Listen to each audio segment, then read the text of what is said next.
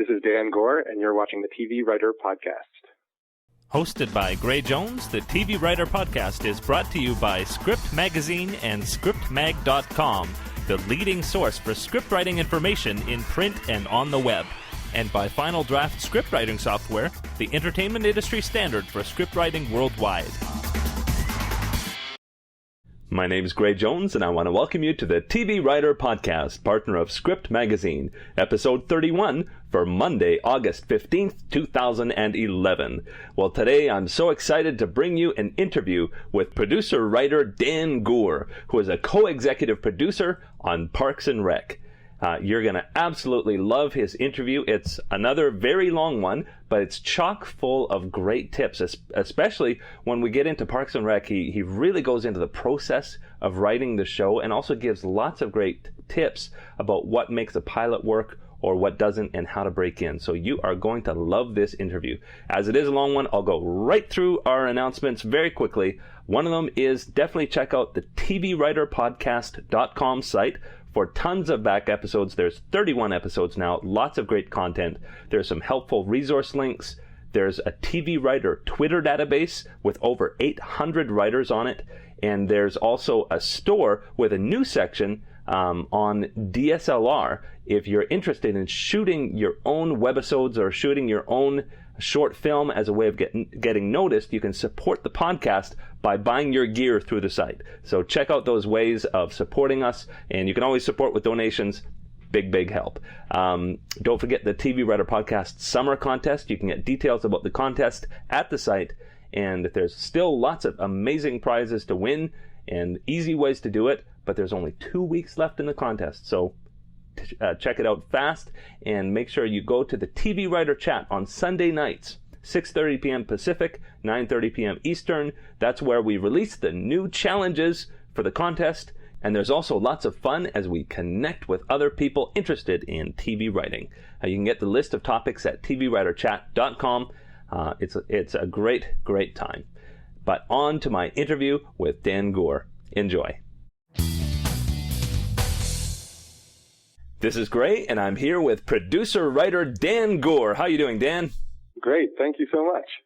I'm really pleased you could be with us today, and it's actually kind of interesting because you're a Harvard grad, and I just talked to a Harvard grad last week, and it seems like things kind of go in pairs on the podcast.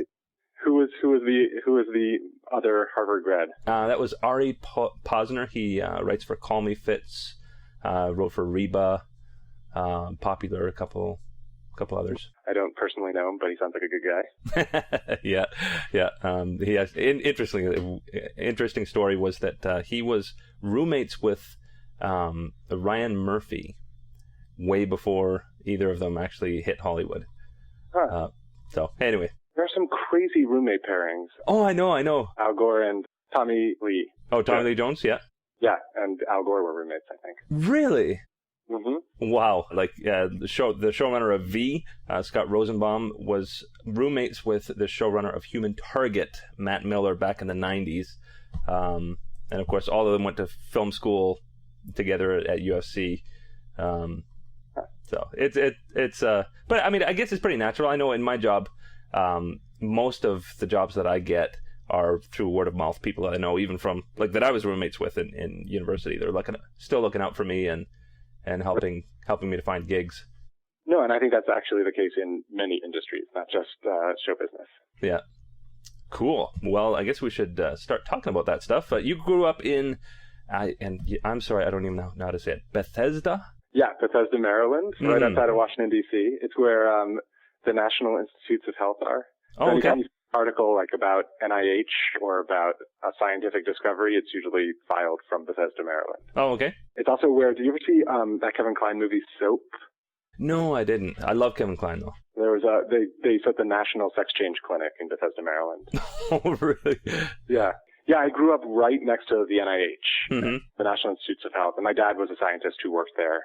Like, you could walk out of my door and look to the left, and you'd see it. It's also where Bethesda Navy Medical is, which is where the president gets his checkups, and also now where soldiers coming back to the States get fixed up. It's like a very medical, scientific community. Now tell me, so you went to high school in Brooklyn. So I went to school in Bethesda, Maryland until So the story starts before this, which is that my older brother is an incredibly talented pianist, and he started playing the piano when he was 9. And within a year, he was like winning every piano competition in the state of Maryland. And he basically moved to New York when he was 14. And he started going to Juilliard. Wow. And in the pre-college division, it's like once a week. So he needed a school to go to, and he went to this amazing school called St. Anne's, no religious affiliation. Just this school that had no grades, very liberal in terms of its education policies, and really interesting place. And then when he graduated, the family he lived with said, if your brother wants to go, he can go. Really? Yeah. So I moved up, and I lived in a brownstone in Brooklyn. I basically lived on the 4th floor of this brownstone. And there were 3 rules. It was an unbelievable experience for a 16-year-old. There were 3 rules. It was like, I lived with the assistant headmaster of the school. No. And she was like, the rules are, tell us if you have somebody else come for dinner. Tell us if you're going to miss dinner, and tell us if you're sleeping somewhere else. No. Oh my goodness. And you're in a big city living there on your own for the first time. Yes. And my brother lived, on the Upper West Side. He's pretty close by, but it was just an ideal. And it's in this old, beautiful building in downtown Brooklyn. It's very arts-oriented, arts-focused. Like, there's a black box theater, and people write plays, and there are no grades, and no class meets more than 4 times a week. Really? So, like, my history class my senior year was the Trojan War, and you read, like, the Iliad and the Odyssey, and, I mean, it was amazing. It was an amazing place to go to school.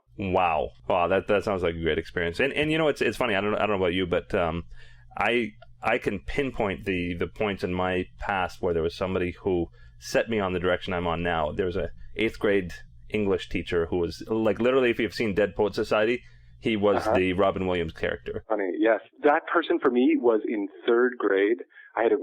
In our English class, we did a lot of creative writing. Or maybe it was 5th grade. And I wrote so many stories, all of them about the Holocaust. That was all I could write about. I never had endings to them. It was always like a little boy getting onto a freight train. They were like the most devastating and depressing stories. Oh no! And all I read about was the Holocaust.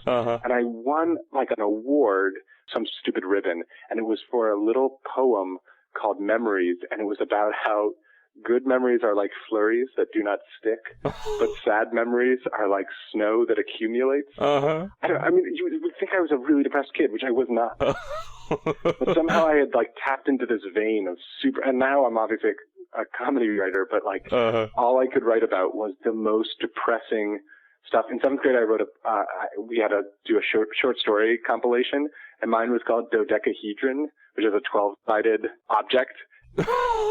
And I wrote this thing about a jury condemning a man to death called Dodecahedron, and it was like 12 angry men, Dodecahedron, sit in judgment of one man, Dodecahedron. But that being said, the thing that I think actually set me on this path was I used to make videos with my brother, and they were comedy videos. We got a video camera. My dad and mom, sort of as a hobby, they wrote children's nonfiction books, like about insects that you might see in the backyard called Backyard Insects, and another one on shadows. And they were like, we're going to buy a video camera and make movies of these books. But then they bought the video camera, and that wasn't easy to do in 1987 or whenever it was. So my brother and I just started making these videos and developed a stable of characters. There was like a televangelist named Monty Underwearhead that came up a lot. Yeah, so I think that's probably, for what I do now, that would be more the pinpoint of where it started. Well, that is actually quite interesting. That explains a lot, because I know you went to Harvard for biochemistry, and it doesn't seem like a natural mix with, you said you did a lot of improv, comedy, and theater at the same time. And biochemistry, I don't know how much that would inspire the improv and the theater. Yeah, I was doing a ton of jokes about the Krebs cycle. No, I was. They were separate pursuits. The amazing thing about college is that you can do like your serious work, and then you can have extracurriculars. And like the greatest disappointment about the rest of life is that you have to have a job and then no extracurriculars that are as serious as they were in college. And so then you end up choosing your extracurriculars or job if you're really lucky. Like I got to end up doing comedy. Yeah. But there is something so like unbelievable about having the balance of like learning all this stuff. I must sound like such a dork. I know I sound like a dork, but still, it's true. It's like you get to learn stuff, you get to socialize with all your friends, and you get to like do fun things like theater or improv or whatever. Wow. Yeah. Oh, I remember that too. But it's also the great lie of our generation, because it's like your parents told you you could do anything, and then you can do anything until a certain point, and then it's like you have to do one thing. Yeah.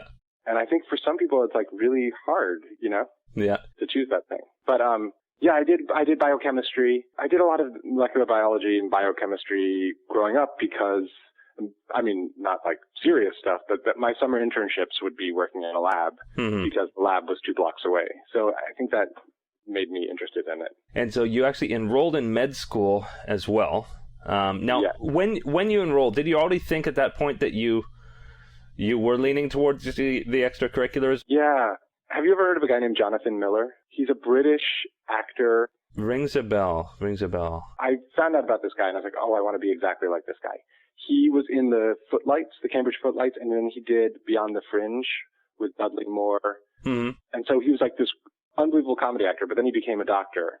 Or he became a doctor and then he became an actor. I don't know which one. Mm-hmm. And he went to like med school with Oliver Sacks. I mean, he was like this hardcore guy who got to do it, but got to do all of it. And I was like, maybe I'll be a doctor who's also doing acting. And so that's why I was going to go to Columbia Med School, and I was going to try, and I deferred for a year, and then I traveled for a year. And when I got back, Now tell me about you got a travel grant for that? Like, yeah. What is that? It was crazy. It was awesome. There was this grant, which was like it was just enough money to travel basically for a year. And the only stipulation was you had to write a 5-page paper halfway through the year. No. Yes. Is this thing still exist? I'm sure lots of people would love to get that. Yeah, it was a Harvard thing. So, I mean, but yeah, it's unbelievable. It was like, I spent half a year in England. Wow. First, I took clown classes from this French clown named Philippe Gaulier, who's like a total schmuck, but one of the funniest people I've ever met. He did a thing where you had to stand in a circle and he would count to 10. And if you could make it to 10 without laughing, he would give you, some prize or whatever. Wow. And no one made it. He was just this little man with suspenders and giant teeth and giant glasses who was hilarious. And he would make fun of people mercilessly. Uh-huh. But like there was this, it's a mean story, but like there was this woman who was like from the Black Forest in Germany, and she kind of looked like a forest witch, but she always in these improvisations would play Beautiful Princess. And then afterwards this schmuck would say like, who here thinks that she is beautiful and who here thinks she is a total witch? Oh no. And we'd be like, wow, she's very beautiful. But he ended up getting her to play the part of the witch, and in so doing, made her like 10 times better. It was bizarre. Uh-huh. She became much more attractive, too, because instead of like putting on airs, I don't know, I think this story makes everyone involved sound terrible. But so I quit the school because this guy was such an unbelievable jerk. Wow. And then I worked for like a barrister on a murder trial, which was insane. And then I just traveled around the world. So I went Japan, Taiwan, Hong Kong, Singapore, Malaysia, Thailand, Australia, and then I took the Trans-Siberian from Beijing to Moscow. Wow. That was like just an amazing trip. At one point, the train hit a herd of cows. No. And so we were delayed. And the provodnista, who's like the conductor, came back and said, "In dining car, there's fresh meat." Oh, no. I think she was joking, but we had no idea. It was just an insane trip. Wow. And then when I came back, I had like 4 or 5 weeks before med school started. And one of my best friends from college was this guy, Charlie Grandy, who's now a writer at The Office. And he and I had done a ton of improv. I didn't do the Lampoon, which a lot of Harvard comedy guys did. And so he had been on the Lampoon when we were thinking of applying to Saturday Night Live. And we were putting together what was history's worst SNL application. Just like so out of touch. Like it was 1998 and we had a Free to Be You and Me parody. Free to Be You and Me was like a 70s children's program. Mm-hmm. It was like we were 20 years off in terms of how timely we were being. Uh-huh. He found out about The Daily Show and we applied, and 2 weeks later we got hired as writers. Now, so how did you get that gig specifically? Like what samples did you send in and what, because it seems like you really didn't have any experience in terms of writing a TV show, so... Exactly. I don't know what the application process is like now, but in 1998, The Daily Show didn't require agented submissions, which was a big thing. So we were able to actually send something in. We basically called up the head writer, and his assistant sent us the necessary materials for an application packet. Mm-hmm. All of these late night shows have different sort of applications. And again, this was in 1998, so I'm sure it's different. But it's a very sensible application. Mm-hmm. What they do is they would give you 5 headlines, 5 news stories, and they gave us the AP stories, the wire stories that they had given their writers. So it would literally be the AP Newswire story of, I remember there was a lot of World Cup stuff. Mm-hmm. And what we would do is that they give you a basic format, which was, at the time on The Daily Show, the format was you would do a silly Chiron graphic of the story. Usually it's a pun. A not funny example is like they coined Indecision 96. Mm-hmm. So that would come up. So you would do one of those. Or like one was about NASA, and it was called Yes, NASA. It was like a play on Yes, NASA. Mm-hmm. And then there was something called a kicker, which is like a one-liner. It's like it doesn't have a setup even. It would just be like a really quick one-liner. Mm-hmm. And then you would do a serious setup that would explain the story with a small punchline at the end. And then there would be 4 to 10 jokes. Mm-hmm. And you didn't have to do the setup for the jokes because you'd done the setup in the setup to the story. Sorry, I don't know if this is too much detail. But so basically, we did that. You handed in about 5 pages of jokes. Mm-hmm. They called us in and they said, like, we like your stuff. We just want to make sure it wasn't a fluke. And they gave us another packet of materials that was on a Monday. And then they said, hand this in on Friday. So we handed it in on Friday morning, and they had invited us to stay and watch the show. Mm-hmm. And so we handed it in on Friday around noon, actually. And then we went out to lunch. We were super nervous. We came back after lunch and they said, would you guys like to work here? Wow. And I was like, we said yes. And I said, is this a firm offer? And they said yes. And I was like, can I call med school and tell them I'm not going to go? So I blew off med school and we started working at The Daily Show a few weeks later. I think our first day at The Daily Show was the day that Bill Clinton apologized for the Monica Lewinsky scandal. Oh, my goodness. So it was like a really meaty time to be writing news parody jokes. Wow. And when we started, it was Craig Kilborn was the host for we were there for the last 3 months of Craig Kilborn, mm-hmm. and then the first 2.5 years of John. Mm-hmm. Wow. Well, what a neat story. And so you were there for 3 years. Yeah. We were there for the 2000 election. Mm-hmm. And then we left after the 2000 election. Yeah. So that must have been a great run, great practice for what you would do later on. But tell me a little bit about. So you were writing with a writing partner now. Right. We were hired as writing partners, but the thing about it was an unusual. It's not like a typical writing partner situation because, especially with one-liners, at least the way both Charlie and I worked, we would really sort of it meant we would every day you'd be assigned 3 or 4 stories. Mm-hmm. Each team, it was all teams. And so either we would split them up and I would take 2 stories and he'd take 2 stories, or we'd each take a pass at all 4 stories. But it wasn't like we weren't spitballing back and forth that much. It wasn't like writing a script with somebody where you're like, oh, what if this character says this? I mean, occasionally you might say, hey, I have a good setup. Do you have a punchline? Or, hey, I have a punchline. I need help with the setup. But it was more like we were writing individually. And so after the Daily Show experience, you decided to split as a team. Because, I mean, I guess then you hadn't really worked as a writing team at that point. We had done a few things outside of it as a team. We had come close to selling a book proposal / movie proposal that was like making fun of the .com era. But yeah, we decided to go our separate ways, which wasn't easy. I mean, it was in a lot of ways it was like a romantic breakup. Like when you break up with a writing partner. I mean, Charlie and I spent every waking minute together, basically. Wow. The Daily Show started at like 8 a.m. We shared an office. We ate lunch together.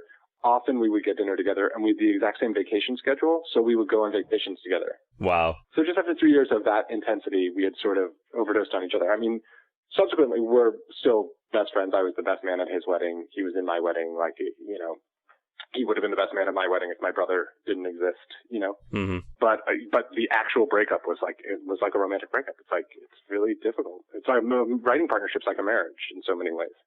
So moving on, you then wrote for Carson Daly, and you were there for a year? Yeah, about a year. So when we left, we basically figured out that we'd each written about 5,000 jokes. We were kind of burned out, and we decided to move on, and we split up as writing partners. And I decided, like, I have to stay in New York.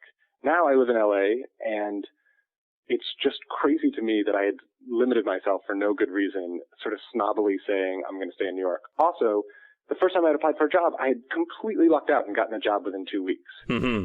You know, so I had a very unrealistic outlook on how difficult it was to get a comedy writing job. I mean, I could definitely pay lip service to it, but in my experience, it had not been that difficult. There was a lot of luck involved, though. The very fact that there was an opening and they were looking and were willing to consider two people without an agent was incredibly lucky. I mean, we wrote the packet and we must have done a decent job, but the opening itself was incredibly lucky. So then I left, but I was determined to stay in New York.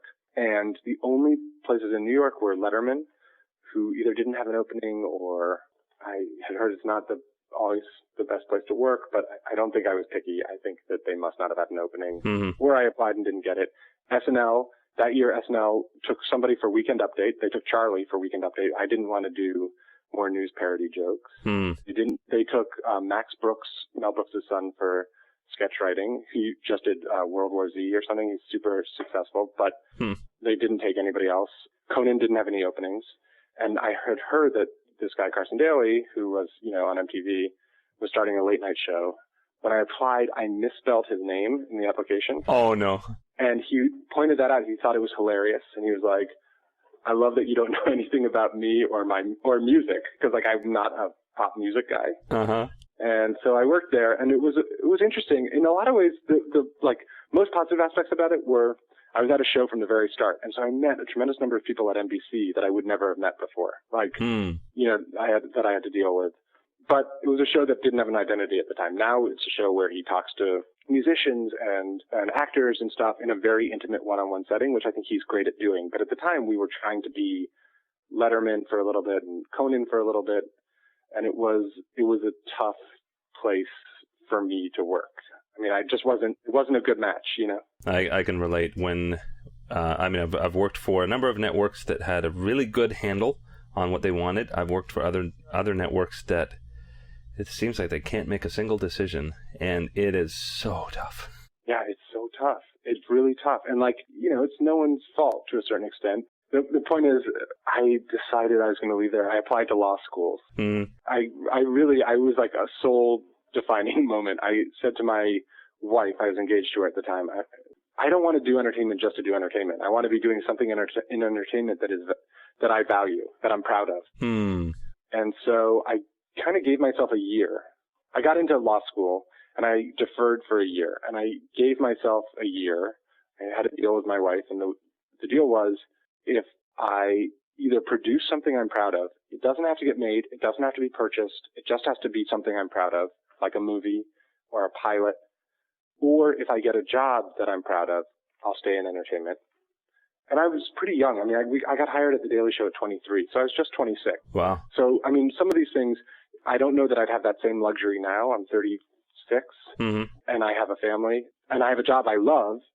And if I couldn't get another job I loved, I might take a job I didn't love. I mean, I'm not in any way condemning people. I think that circumstances are different for everyone. But at that point, I was young, and I had a job for 3 years. I could take a year to try and find something. And my wife was working. And 2 months before, the backstory is that Conan had an opening, and I had applied, but they're notoriously slow about hiring people. I gave my notice after I had this conversation with my wife about how I was going to give myself a year. I gave notice on a Friday, and on that Monday, I got a call from Conan's people saying that they wanted me to come in for an interview. Wow. It was just incredible timing. Wow. It was something like 3 weeks later, I found out I got hired, and I started 2 months after that. Wow.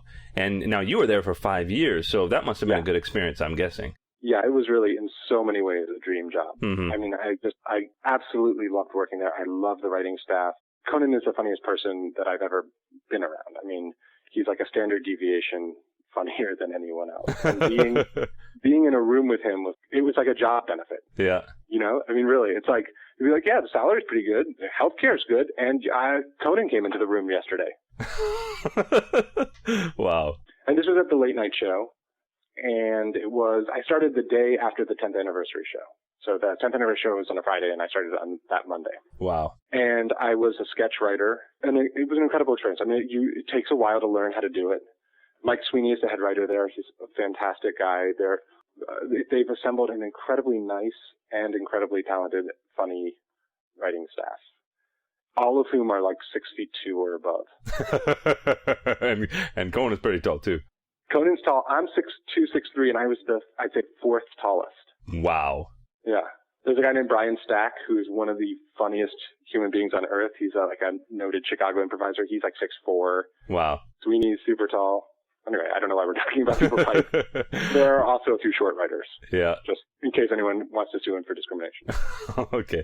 So I mean, it's hard to bubble down 5 years, and I know a lot of that is just you're gradually absorbing. But if you were to tell me maybe one or two tidbits of things that you learned through that time, what would they be? That's interesting. I mean, some things are like just truisms, comedy truisms that are going to sound like that's what you learned, but things like blood isn't funny. Although too much blood can be funny. Uh-huh. But like if you're doing a comedy sketch and it looks like the person got hurt, it's not funny. I mean, if the bit is that Conan shoots Max with a gun and then you shoot him 400 times, then that's obviously funny. I think Conan gets a lot of guff about oversetting things up, but I think that the importance of the setup is critical to Conan. You know, he tells you what he's going to do, he does it, and then he tells you what he did. And I think that there's something about that's really funny. I learned a lot about producing because the writers on Conan get to produce and direct the bits that they do.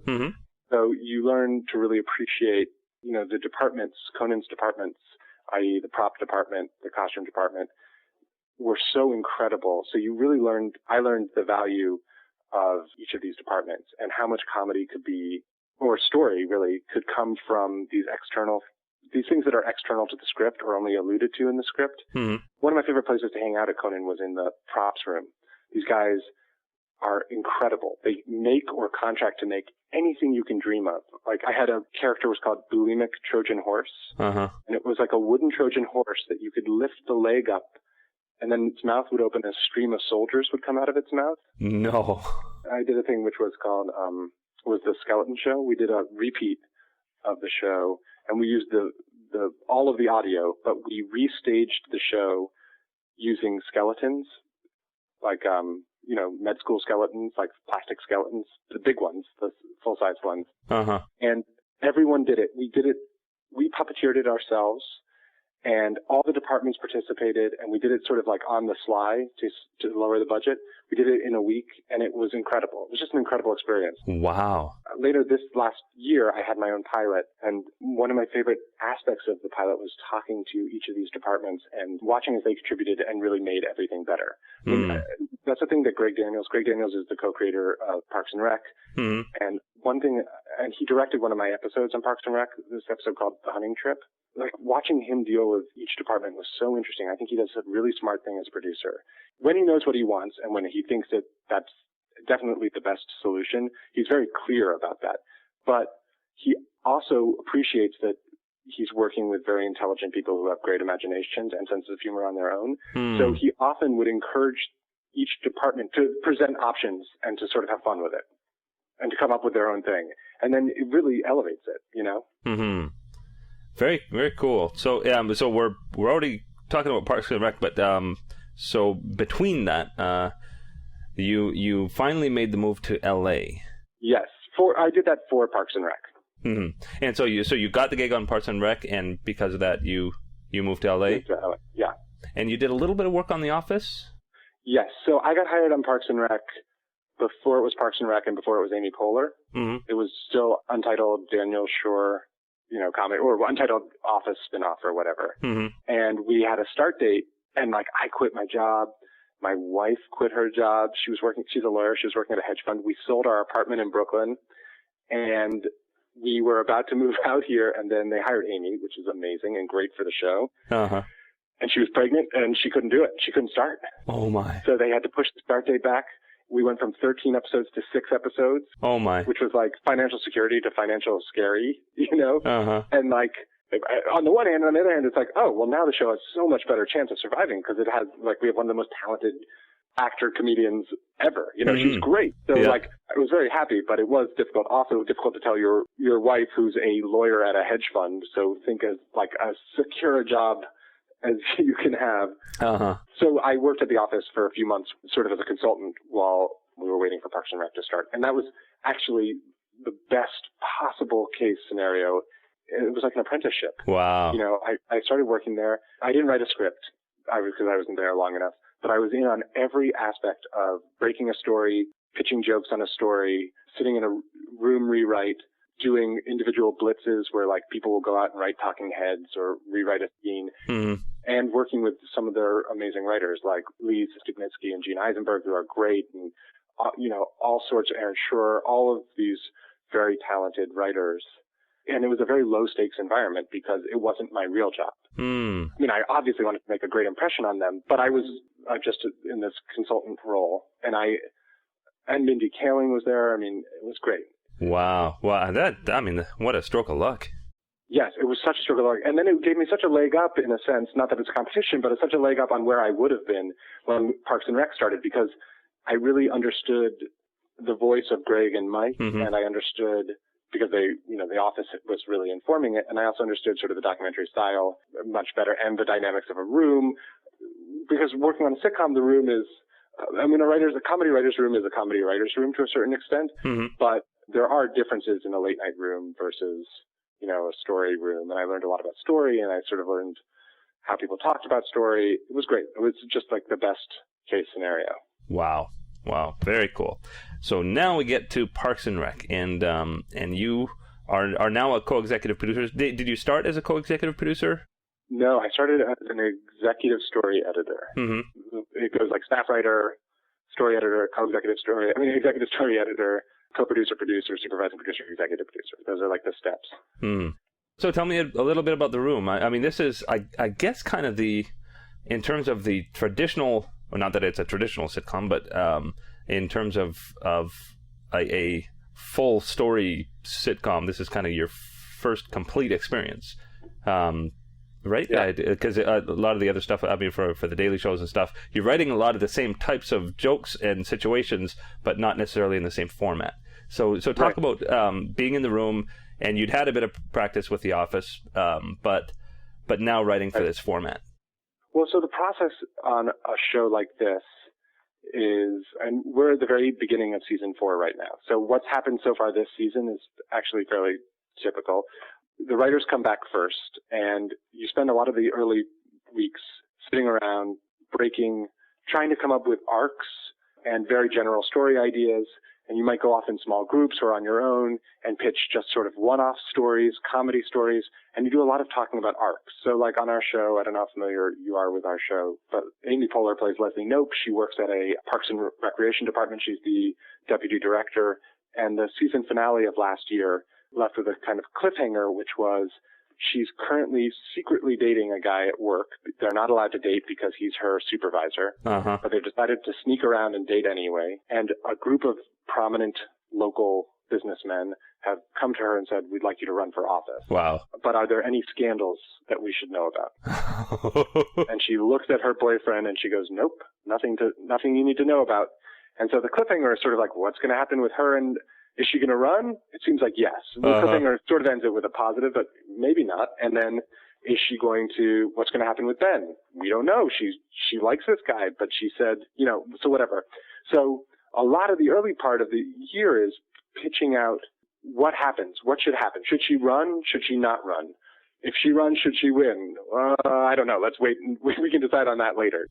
Should she break up with the guy? Should he break up with her? Should they keep going out? Should they sneak around?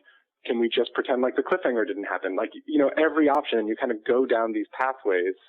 And then there were other cliffhangers, so you're doing that for all of the characters.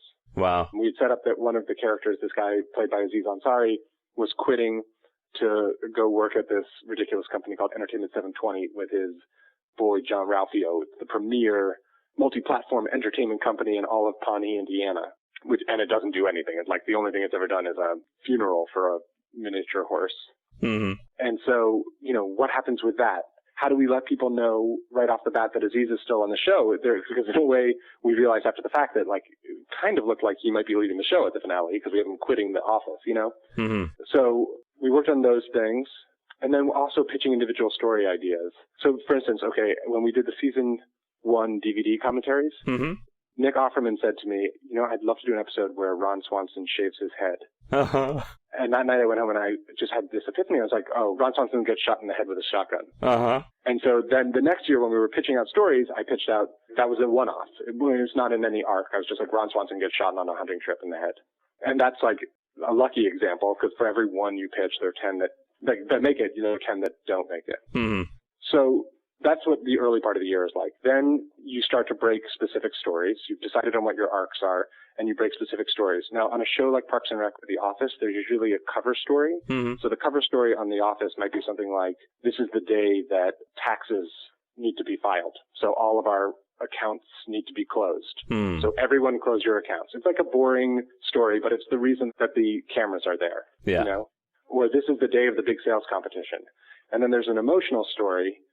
So, you know, the emotional story is, this is the first time that character A tells character B that he loves her. Mm. So you're breaking both stories.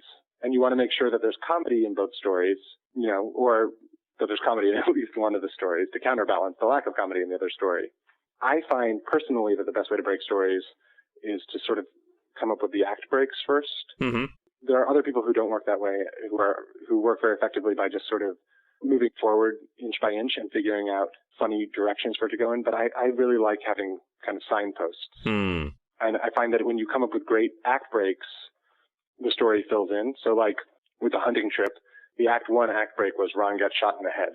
Mm. That's a great act break. You know, it's a big act break. And then the act 2 act break was Leslie says that she did it, even though she didn't. Mm. Which was another big one. And the comedy act break was that Donna, who's one of our characters, when Ron got shot in the head, Donna's Mercedes, she loves nothing in life more than her Mercedes SUV, mm-hmm. also got shot. So Leslie says, Ron, I shot you. And then Donna goes, you shot my Mercedes! And like jumps out of her chair and knocks her over. So like, and then you kind of hang the story in between mm-hmm. to a certain extent. So we break the story, and that involves all of us sitting around in the room, pitching ideas, talking it out, writing a card when we have a beat or a scene that we think belongs. The writer's assistants are taking notes on jokes that are being pitched. We card it, so it's literally putting the cards up on a cork board. And then we do a thing called which we call a Goldilocks, which is just a Greg Daniels word for a story document. Mm-hmm. But he calls it a Goldilocks for a reason, which is it's like how you tell the story of Goldilocks. You don't need the details for Goldilocks. Right. You don't say like, this adorable young girl whose 34-year-old father and 36-year-old mother were arguing. You just say, you know, a girl goes to this house and the door is open and she sees whatever. You know what I mean? No extraneous details, no jokes. It's just the story document. It's just mm-hmm. the story. So we write that. Mike and, you know, the sort of senior producers go over the Goldilocks, make notes for the writer. Mm-hmm. When we have a lot of time, the way it works is the writer makes an outline, a fairly detailed outline in final draft with slug lines. So it'd be like, you know, interior, city hall, Leslie and Tom's office. Leslie sits at her desk, and then in parentheses, in this scene, Leslie tells Tom that he needs to get his stuff off of her computer. Mm. You know. And so no jokes at this point, just the... Well, if you have an idea for dialogue or jokes, you can put it in. Oh, okay. So this is much more fleshed out. So then that gets notes, and in theory, if we have time, the whole room goes over and pitches jokes for each scene. Mm-hmm.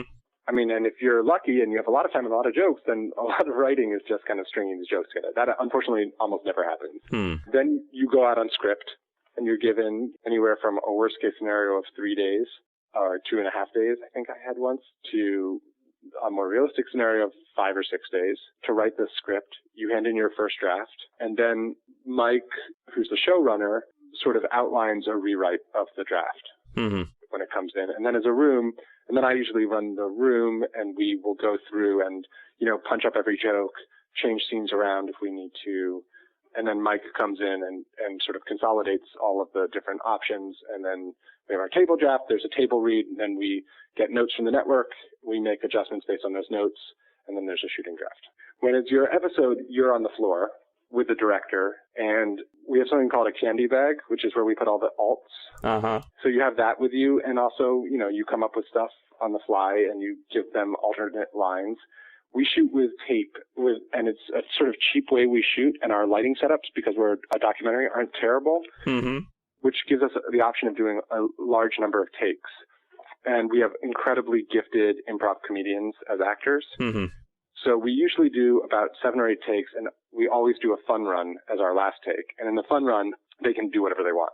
Oh, yeah? And you kind of know how well your scene was written, because if it was well written, then on the fun run, they're really not doing a lot. They're like kind of swapping out a joke. And if it's poorly written, they are just all over the place. Okay. And it's clear because it's like if you wrote the scene well, then the intention of the scene moved and the intention was clear. And there's no need to sort of improvise around it. Yeah. And if you didn't, then they're just all over the place. Yeah. I find so interesting. How often does the fun run make it into the show? They're incredibly funny. So, like, probably between, I don't know. It does make it into the show. Every show has stuff from a fun run, but, not every scene. Often the problem is, like, if there's a joke in the fun run, there's a chance that it's not a good joke for story. It just might be the funniest joke. There are a lot of times where, like, you have to cut a joke because it might weaken the story or whatever. But I would say a lot of their stuff makes it in. I mean, they're fantastic. Amy Poehler, it's hard to beat Amy Poehler, Yeah. And every now and then you'll see something on the floor. So like last year, and I have to change it, last year at the finale was this show called Little Sebastian. We had set up earlier in the season that there was a miniature horse named Little Sebastian who was like the champion of the town. Everyone loved Little Sebastian. And in the finale, when we pitched it out, we thought it'd be really funny to start with like an exterior shot of City Hall with a flag at half-mast and then come inside and it's like a funereal atmosphere. And then Leslie says something about how we've lost a dear, dear friend and everyone is a little teary-eyed. And then the funny reveal would be that it's this little horse. Okay. Which sounds great. And it pitches really well. But when we were shooting it, it was my episode and we're on the floor and we're shooting it. And I was like, it's a bummer. It's just depressing. Like, you go to the outside, you see the flag, you go to the inside, everyone's moping. So we did it as scripted. You always get it as scripted. And then we just did a curveball, which was I had Leslie come in and say, hey, do you guys remember Little Sebastian? And everyone's like, yeah, Little Sebastian, woo! And then she goes, he died. And they're like, what? And it's a horse. It's a little horse, so like you can get away with being calloused in a way, Yeah. And it truncated that scene, and it got rid of so much of that funereal feeling. Had the same pipe, and then you can still cut to the people who are the most devastated, and they have a talking head or something where they're like, I can't believe Little Sebastian's dead. But you've already gotten the comedy out of it, as opposed to... So, like, that's the kind of thing that is so satisfying. That's probably my proudest moment on the show, just because, like, you're on the floor and you've changed it and you've done something cool. Very, very cool. So, I mean, that being said, there are a ton of times where I've been, like, gotten it as scripted and then said, like, what would be awesome is if Leslie does the exact opposite of what she's scripted to do, and we'll do it, and then the scripted version is what makes it. I mean, there's a reason usually that the scripted version is the correct version. Yeah. Wow, that's neat stuff. When we started, it was really interesting. So in season 1, Greg and Mike did a very interesting thing, which I think is like a good thing for new shows to do, which is they set out what they called, and it's going to sound like super nerdy, dorky language, but vectors for each of the main characters. And they were the direction in which we wanted the character to go over the course of the season and the show. And it wasn't like arcs. It wasn't like these two characters will get together. It was like Leslie becomes slightly less naive. Mark becomes slightly less cynical. Anne becomes slightly more trusting, whatever it was. And you would drop in these, when we would pitch stories, we'd say it's on this vector and this vector. But it was really useful. Interesting. Yeah. I imagine that could even inform some of the stories. Thinking about what do we need to make this person slightly less cynical. Yes, exactly. Right. And it can give you story ideas. Or you can say, like, is this right? Like, we're making her less naive, and this all of a sudden in this episode she's super naive? That doesn't make sense, or whatever. Very, very cool. Well, we're I guess getting pretty close to the end of the time here. But just a few more things. So you also wrote a movie, El Presidente? Yes, I wrote a movie for Warner Brothers called El Presidente, which is like a buddy movie. It's about a president who has the political skill of Gerald Ford and the sexual appetites of Bill Clinton. And his strictly by the book Secret Service agent. There's like a plot against the life of the president. They want to try and kidnap him, and the two of them are on a sort of chase across the country. Cool. And so you sold that, and is it in development? It's in development at Warner Brothers, and hopefully it'll be produced. But it's a film, so who knows? Yeah. Probably not. After 10 years. And I did a pilot last year for NBC. Cool. Good night. Well, that actually leads me to a couple of questions. Towards the end, we always ask breaking in tips, but right now, people are dealing with the fact that in the industry there's been a shift. 5 years ago, you would submit primarily spec scripts in trying to break in, and now it seems like everybody wants pilots, and so everybody's wondering, well, what's the best way to attack a pilot?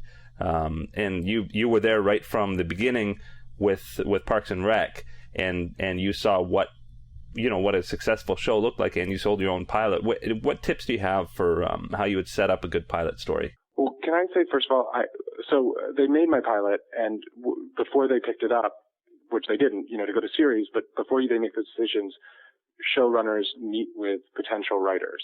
So I had to read, so I did that. I did all the meetings and stuff, and I read, 80 scripts from people.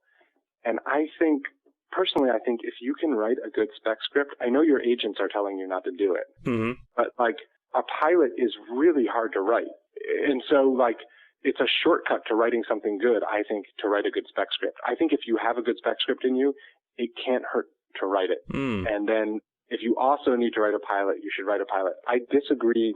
I told agents that I wanted to read spec scripts in addition because the writer is dealing with so much less stuff. They're not setting up an entire world. There are too many variables in a pilot. It's too easy to get off the rails, I think. I really do. Well, tell me then, so out of those 80 that you read, what makes a spec script stand out then? Well, I think on a spec script, what makes it, and I also want to answer your question about what makes a good pilot, but on a spec script, what I think really made them stand out was story, the ability to tell a compelling story. So, and for that, it was establishing stakes early. That is something very few people do. A lot of people don't establish the stakes until the Act 1 break. So as a result, you're floating through the Act 1 and you don't know what the story is about. On a single camera, I think you should be establishing the stakes within the first 3 to 5 pages, establishing what the story is and what the stakes of the story are. So for instance, if we don't do X, then we're going to lose the bar. If it were Cheers, let's say, whatever, that should be early. It shouldn't be at the Act 1 break because I don't know what's going on by then. Yeah. So establishing stakes early. And then for me, I was looking for people who could write jokes in character-based jokes. Early. But, good jokes are important. But I do think story, having solid act breaks, knowing the stakes of your story, knowing what your story is, resolving the story, and having good act breaks was the key thing. And that's not an easy thing to do. And the same thing goes for a pilot. I think pilots are really, really difficult to write. I've written 2, so one of them got produced, and then I'd written one really early on when I was at Conan. I wrote a pilot that was really crappy. So it's really important to know what your story is, to set up the stakes. I think it's important to make sure when in a pilot, it's important to make sure that there's some likability for your characters. I mean, I don't want to sound naive or like a network shill and say that person's not likable. And there's definitely a place for characters that are not likable. And there's also Archie Bunker, who is not likable but super likable. Yeah. There's a way to do that too, but I think there's a tendency you don't want to crap on your main character too much because you want people to watch that character. And that's not a note of oh, he's a doctor, he should be a good doctor. It's just if he's kind of a schmuck to everyone, or he's done bad things. I read a pilot and you find out in the first few pages that the backstory of the main character is he caused someone to be paralyzed just by playing a joke on them. And he's unremorseful. And you're just kind of well, this is a bad person. So I do think that those things are important. Personally, when I was coming up with pilot ideas, the first set of ideas that I came up with were all crazy concept ideas with huge hooks. And then I thought, okay, even if this makes a good pilot, this isn't going to be a good show. Mm. And so I really set out the best, to me, comedy shows are shows like Cheers. That's set in a bar. It's a corner bar. Yeah. And The Office, that's just an office. Yeah. And so I sort of set out to find a normal world in which funny stories could happen. My pilot was about a family medical clinic that a family worked at. Mm-hmm. So it was like a kid, a son, my age, or what, younger, like 30. His mom and dad were both doctors, and his grandfather was a doctor. And so my theory was like, everyone's been to the doctor and everyone has a family. So like stories are instantly relatable. Well, that's an interesting point. I just finished reading Bill Rapkin's Writing the Pilot. He's got an ebook out, and one of the things he mentions is how one of the reasons pilots die is because they've got to set up so much that you can't get a story out. And so if you can